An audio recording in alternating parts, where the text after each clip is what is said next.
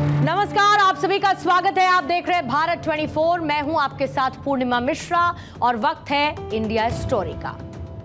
देश बड़े बदलावों के तीसरे दौर में आ चुका है। सरकार वही है, नीति वही है, नियत वही है।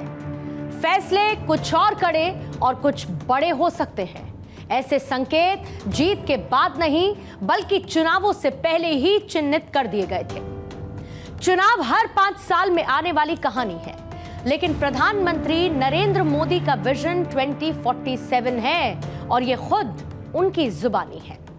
देश के विकास पथ पर 5 साल में आने वाले चुनाव महज एक माइलस्टोन की तरह लगते हैं। हमने इंडिया स्टोरी की चुनावी सीरीज में आपको मोदी नॉमिक्स के बारे में बताया था।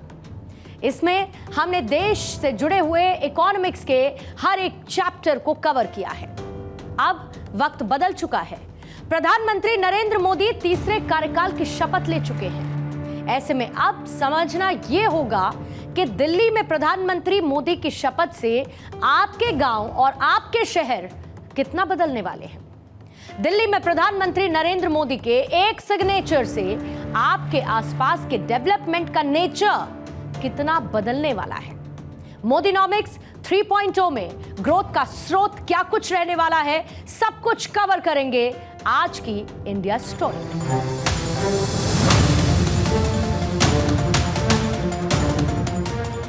मैं नरेंद्र दामोदर दास मोदी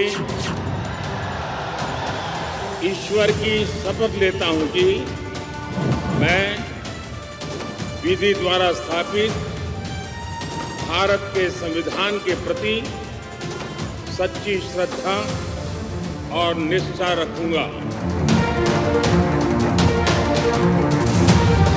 अमित अनिल चंद्र शाह राजनाथ सिंह ईश्वर की शपथ लेता हूं कि मैं विधि द्वारा स्थापित भारत के संविधान के प्रति सच्ची श्रद्धा और निष्ठा रखूंगा।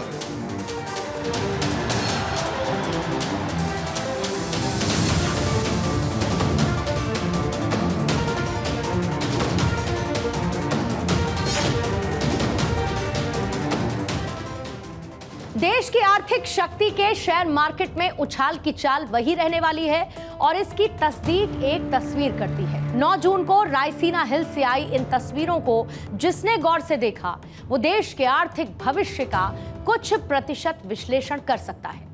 कॉपी पेन लेकर आप ये नोट भी कर सकते हैं। मोदी कैबिनेट में ऐसे 11 मंत्रालय हैं जिनके मंत्री नहीं बदले गए हैं। मसलन सीसीएस के अलावा वाणिज्य मंत्रालय, रेल और आईटी मंत्रालय, साथ ही पेट्रोलियम मंत्रालय, जहाज रानी, पर्यावरण, सामाजिक न्याय मंत्रालयों में पिछले मंत्रियों को ही रिपीट किया गया है। जैसे कि अमित शाह गृह मंत्री के तौर पर अपना कामकाज आगे बढ़ाएंगे। राजनाथ सिंह रक्षा मंत्री के तौर पर बड़े फैसले लेंगे। नितिन गडकरी सड़क परिवहन मंत्री बने रहते हुए देश के विकास पर पैनी नजर रखेंगे। तो विदेश मंत्री के तौर पर एस जयशंकर एक बार फिर से अपनी डिप्लोमेसी के लिए जाने जाएंगे। निर्मला सीतारमण वित्त मंत्री रहते हुए फाइनेंस से जुड़े बड़े फैसले लेंगी, तो वाणिज्य मंत्रालय की जिम्मेदारी पीयूष गोयल ही संभालेंगे। साथ ही पेट्रोलियम मंत्री बनाए गए हैं फिर से हरदीप सिंह पुरी, तो रेल और आईटी का जिम्मा सौंपा गया है अश्विनी वैष्णव को। सर्बानंद सोनोवाल जहाज रानी मंत्री बनाए गए हैं, तो भूपेंद्र यादव पर्यावरण मंत्री की जिम्मेदारी संभालेंगे। वीरेंद्र कुमार सामाजिक न्याय मंत्री फिर से बनाए गए। वजह साफ है कि मोदी सरकार के दूसरे कार्यकाल में जिनके पास जो जिम्मेवारी थी उसे इस कार्यकाल में आगे बढ़ाना है। और अगर मंत्रालय में बदलाव किया जाता तो जाहिर सी बात है कि नए मंत्री को पहले मंत्रालय समझने में वक्त लगता और फिर वो अपना काम शुरू कर पाते। लेकिन अब मोदी सरकार के विजन को उनके पुराने विश्वसनीय मंत्री आगे बढ़ाएंगे। यानी कि खिलाड़ी वही है, खेल वही है, बस पिच बदल चुकी है। सत्ता के विरोधी स्टाफ में कुछ बदलाव आए हैं। संख्या में मजबूती दिखी है, लेकिन क्या वो मजबूती एक मजबूत विपक्ष की कहानी लिख पाएगी, ये आने वाला वक्त ही बताएगा। लेकिन एक मजबूत विपक्ष से आर्थिक पक्ष और भी मजबूत हो सकता है, ये एक अलग कैलकुलेशन है। इंडिया स्टोरी के आने वाले किसी एपिसोड में इसको जरूर कवर करेंगे। बहरहाल देश में मोदी सरकार रिटर्न के साथ ही वोटर को क्या क्या रिटर्न मिला है वो आप बीते एक सप्ताह के अखबारों के सहारे समझ सकते हैं। पहली गुड न्यूज, बीते मंगलवार को सरकार ने डायरेक्ट टैक्स कलेक्शन का डेटा शेयर किया। इसमें यह बताया गया कि 1 अप्रैल से 17 जून तक डायरेक्ट टैक्स कलेक्शन बीते साल की समान अवधि की तुलना में करीब 21% बढ़ा है और ये 1.48 लाख करोड़ रुपए रहा है। करंट फाइनेंशियल ईयर में 17 जून तक कुल टैक्स कलेक्शन 4.63 लाख करोड़ रुपए दर्ज किया गया। तो फाइनेंशियल ईयर 2024-25 में 17 जून तक 53,322 करोड़ रुपए का रिफंड भी जारी किया गया है। दूसरी good news, global rating agency Fitch ratings ने फाइनेंशियल ईयर 2024-25 के लिए भारत के ग्रोथ रेट में संशोधन करते हुए इसे बढ़ा दिया है। फिच के मुताबिक इंडियन इकोनॉमी 7.2% की दर से आगे बढ़ेगी। हालांकि इससे पहले मार्च महीने में एजेंसी ने इसके 7% के दर से आगे बढ़ने का अनुमान जाहिर किया था। जो पिछला फाइनेंशियल ईयर रहा यानी कि 2023 और 24, इसमें भारतीय अर्थव्यवस्था 8.2% की दर से आगे बढ़ी थी। तीसरी गुड न्यूज, और यह अच्छी खबर स्टॉक मार्केट से जुड़ी हुई है। बाजार हर रोज नए रिकॉर्ड बना रहा है। बीते हफ्ते भले ही शेयर मार्केट में उतार चढ़ाव रहा हो और दोनों ही इंडेक्स सपाट बंद हुए हों, लेकिन इसके बीच में सेंसेक्स और निफ्टी ने अपना पुराना रिकॉर्ड तोड़ दिया है। एक तरफ जहां पर बॉम्बे स्टॉक एक्सचेंज के 30 शेयर वाले सेंसेक्स ने 77,851.63 का नया all time high level record को छू लिया, तो नेशनल स्टॉक एक्सचेंज यानी कि एनएसई के निफ्टी, जिसे एनएसई निफ्टी कहते हैं, उसने 23,664 का नया शिखर छू लिया है। चुनावी नतीजे आने के बाद यानी कि 4 जून के बाद से अब तक सेंसेक्स में करीब 5800 पॉइंट्स का उछाल दर्ज किया गया है। अब चौथी गुड न्यूज भी सुनिए, और ये गुड न्यूज महंगाई के मोर्चे पर आई है। बीते सप्ताह सरकार की ओर से रिटेल महंगाई के आंकड़े जारी किए गए थे और इनके मुताबिक रिटेल इन्फ्लेशन 12 महीने के निचले स्तर पर पहुंच गया है। मई महीने में यह सालाना आधार पर घटकर 4.75% का रह गया है।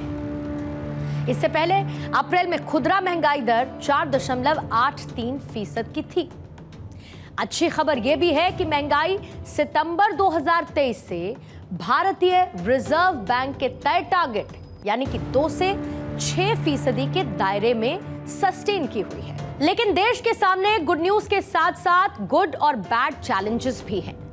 प्रधानमंत्री नरेंद्र मोदी को अपने तीसरे कार्यकाल में टिकाऊ आर्थिक ग्रोथ पर फोकस करने के साथ साथ रोजगार के अवसर, किसानों की आय, छोटे उपक्रमों की ग्रोथ और सभी को आर्थिक विकास का फायदा पहुंचाने से जुड़ी हुई चुनौतियों का समाधान भी करना होगा। मोदी सरकार के पहले 2 कार्यकाल आर्थिक सुधार के एजेंडे को आगे बढ़ाने और निरंतरता पर जोर देने के लिए जाने जाते हैं और इन सुधारों में भारत को विकास के रास्ते पर आगे भी बढ़ाया है। लेकिन चुनौतियां अब भी बरकरार हैं, जैसे कि एमएसएमईज को बढ़ावा देने के लिए प्रशासनिक सुधार यानी कि एडमिनिस्ट्रेटिव लेवल पर बेहतरी जरूरी है। उनको गैर जरूरी नियमों के जाल से मुक्त करना भी अब समय की मांग है। एमएसएमई हमारी अर्थव्यवस्था के लिए बेहद महत्वपूर्ण है। एमएसएमई बड़े पैमाने पर रोजगार देने के साथ साथ ग्रोथ को आगे बढ़ाने में एक इंपॉर्टेंट फैक्टर माने जाते हैं। इसके अलावा श्रम बाजार को अधिक लचीला बनाने, निवेश को आकर्षित करने और इसके साथ ही प्रोडक्टिविटी में सुधार के लिए श्रम सुधारों को लागू करना होगा, क्योंकि 21वीं सदी के भारत को 20वीं सदी के संस्थानों से नहीं चलाया जा सकता और भारत को ऐसे संस्थानों की जरूरत है जो कि लोगों को ज्यादा अधिकार दे, ट्रांसपेरेंसी को कायम रखे, कुशलता के साथ साथ नतीजे भी दे और प्रभावी तरीके से नियमों को करें इंप्लीमेंट। मोदी 3.0 के सामने एक और चैलेंज था जिसे शायद अब चैनलाइज कर लिया गया है, यानी कि नई सरकार को करोड़ों किसानों की समस्याओं का सॉल्यूशन ढूंढना था, जो कि शायद मोदी 3.0 की शपथ वाले पहले हफ्ते में ही खटाखट फैसलों के साथ फाइनलाइज कर लिया गया है। सबसे पहले पीएम किसान सम्मान निधि का जिक्र करेंगे और इस योजना से जुड़ी हुई फाइल पर दस्तखत किए जाना, जहां पर पीएम किसान सम्मान निधि योजना की 17वीं किश्त से जुड़ी हुई फाइल को हरी झंडी दे दी गई। इसके तहत लगभग 20,000 करोड़ रुपए आवंटित किए जाएंगे, जिससे देश के 9.3 करोड़ किसानों को लाभ पहुंचेगा। 10 जून की सुबह यह फैसला लिया गया था, तो 10 जून की ही शाम पीएम आवास योजना पर भी पीएम का बड़ा फैसला आया। 3 करोड़ नए घरों को मंजूरी मिल गई और इन सभी घरों में शौचालय, नल कनेक्शन और एलपीजी कनेक्शन दिए जाएंगे। खटाखट फैसलों की इन फहरिस्त में एमएसपी का नंबर भी आ गया है, यानी कि केंद्र सरकार ने 14 खरीफ फसलों की एमएसपी बढ़ा दी है। केंद्रीय कैबिनेट ने बीते बुधवार को यह फैसला लिया है। केंद्रीय सूचना एवं प्रसारण मंत्री अश्विनी वैष्णव ये बताया है कि धान की नई एमएसपी 2300 रुपए तय कर दी गई है, जो कि पिछली एमएसपी से 117 रुपए ज्यादा है।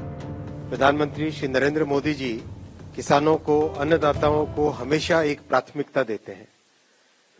अपने नए कार्यकाल में जो सबसे पहला डिसीजन लिया, वो डिसीजन भी किसानों के हित में लिया गया था। आज की कैबिनेट में ऐसा ही एक बहुत महत्वपूर्ण फैसला लिया गया है। खरीफ सीजन स्टार्ट हो रहा है। खरीफ सीजन के लिए 14 क्रॉप्स पे मिनिमम सपोर्ट प्राइस आज कैबिनेट ने अप्रूव किया। केंद्रीय कैबिनेट ने मक्का और दालों की एमएसपी में बढ़ोतरी को भी मंजूरी दे दी है। तुअर दाल की एमएसपी को 550 रुपए प्रति क्विंटल और उड़द दाल की एमएसपी को 450 रुपए प्रति क्विंटल बढ़ाने को मंजूरी दी गई है। इसके बाद अब तुअर दाल की एमएसपी बढ़कर 7,550 रुपए प्रति क्विंटल और उड़द दाल की एमएसपी 7400 रुपए प्रति क्विंटल हो गई है। इसके साथ ही मक्का की एमएसपी 135 रुपए प्रति क्विंटल और मूंग की एमएसपी 124 रुपए प्रति क्विंटल बढ़ाई गई है। नई एमएसपी से सरकार पर 2 लाख करोड़ रुपए का अतिरिक्त बोझ पड़ेगा। ये पिछले फसल सीजन की तुलना में 35,000 करोड़ रुपए ज्यादा है, लेकिन ये फैसला लिया गया है।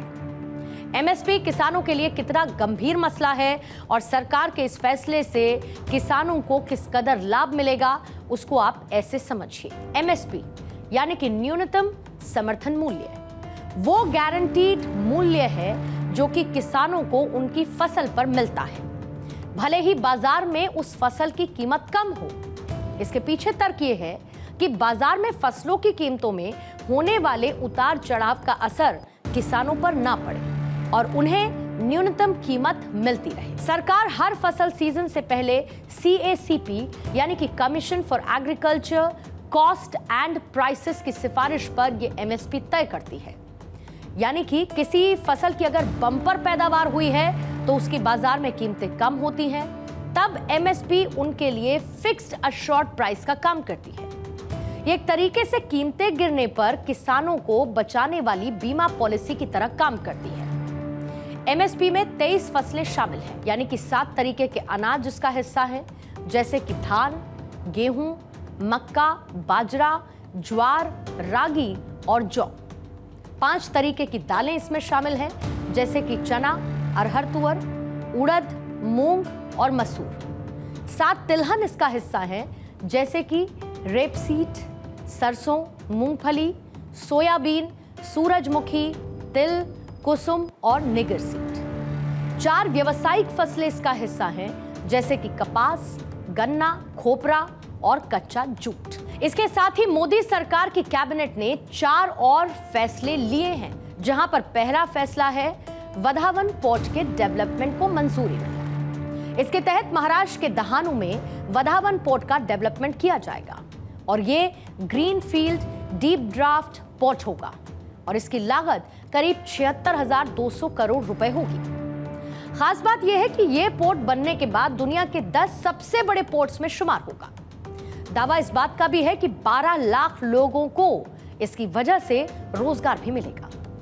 दूसरा फैसला तमिलनाडु और गुजरात में ऑफशोर विंड प्रोजेक्ट का, और इसके तहत 1000 मेगावाट के ऑफशोर विंड एनर्जी प्रोजेक्ट के लिए 7,453 करोड़ रुपए का निवेश किया जाएगा। ये प्रोजेक्ट्स गुजरात और साथ ही तमिलनाडु में शुरू होंगे और इससे करीब 70,000 मेगावाट बिजली उत्पादन की क्षमता पैदा होगी। तीसरा फैसला, जहां पर लाल बहादुर शास्त्री इंटरनेशनल एयरपोर्ट को डेवलप करने की मंजूरी मिल गई है और इसमें एक नए टर्मिनल भवन, हाईवे, अंडरपास, रनवे विस्तार का निर्माण भी शामिल है। इस पर सरकार 2,870 करोड़ रुपए खर्च करने जा रही है।